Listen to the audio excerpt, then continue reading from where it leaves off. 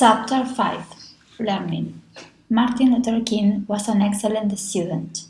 When he was only 15, he went to Morehouse College in Atlanta. He was a clever young man and he finished his studies there in 1988.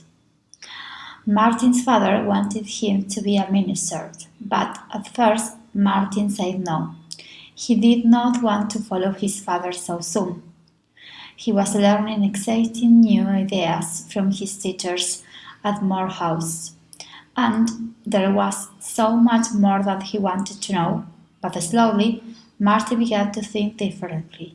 He decided to become a minister like his father, but to be a teacher too. He went to Cruiser, a college for ministers in Pennsylvania in the north. There were many white students at the college, but Martin was happy to find that they were friendly towards him. In fact, they welcomed him. Martin realized that black people and white people did not have to hate each other.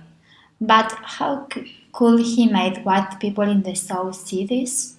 He wanted to make them think like him, but he did not know how. He began to think seriously about this.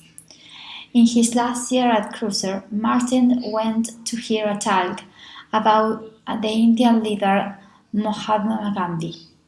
Gandhi and his followers had fought against the British in India, but they had used not violence, not guns, to get a free India. They had refused to pay money to the British government. They had sat in the ruins to stop the British army. Thousands of them had been arrested for refusing to obey unfair laws. Gandhi thought that love was more powerful than hate. If you love your enemies, you can beat them, Gandhi had said. Martin was excited by Gandhi's words. Could black people in the South end segregation without violence? Martin continued his studies at Boston University. Now, he was Dr. Martin Luther King. His family were very proud of him. But Martin was lonely in the north. He felt far from home and he knew that his world was in the south. Then some friends introduced him to a young woman from the south called Coretta Scott. They fell in love and married in 1953. Soon they started a family. For the rest of Martin Luther King's life, he and Coretta worked together to fight segregation in the South.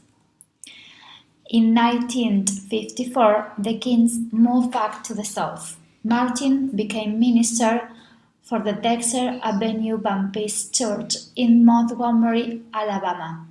When he was back in Alabama, Martin realized that things were beginning to change in the South. Black and white children were starting to go to the same schools. There were new laws against segregation, but white people in the South decided to fight against this law. Clearly, trouble was coming in the South, and the trouble began in Martin Luther King's new home, Montgomery, Alabama.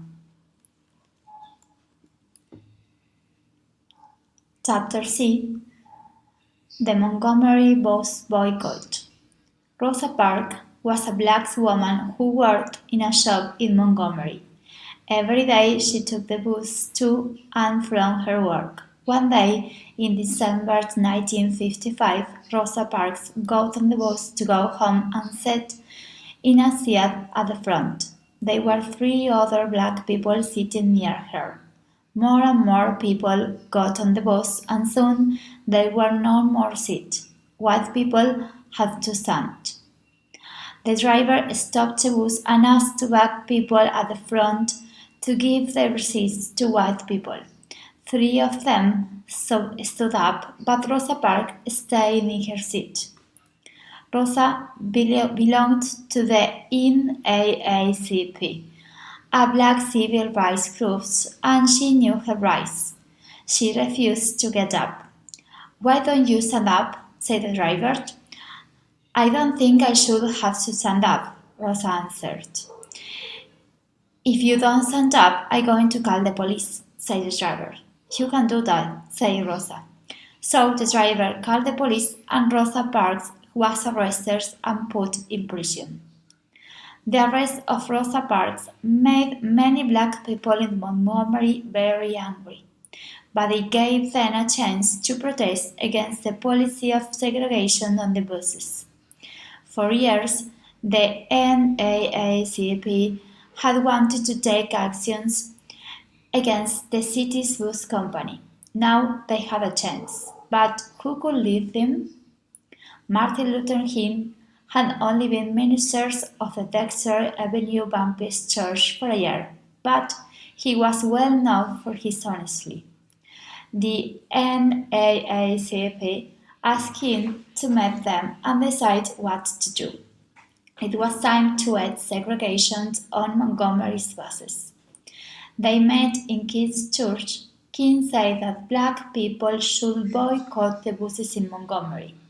If you refuse to ride on the buses, the company is going to lose a lot of money, he said.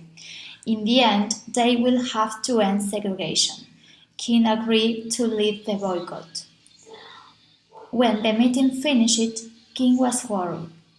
He discusses his worries with Coretta, his wife. Will the bus boycott success? He wondered. Will black people obey the boycott? Most black people don't have cars, so how are they going to get to work? If people can't get to work, perhaps they will lose their jobs. Maybe the boycott will hurt black people more than it will hurt white people. How will that help black people?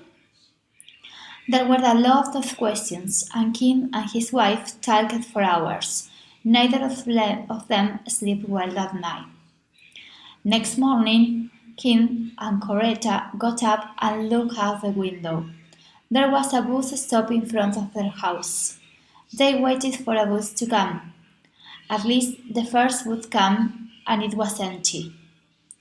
Then the second bus came, and it was empty too. It was the same all over Montgomery. Black people walked to work. Some of them walked 20 miles or stayed at home. Black taxi drivers told people to go in their taxis for the same money that they paid on the bus. The boycott was working. The bus boycott lasted for more than a year. Many black people were arrested and put in prison, and King was one of them. Some white people were angry with King and they thought he was dangerous. One night, someone left a bomb outside the King's family home. It exploded, but luckily no one was hurt.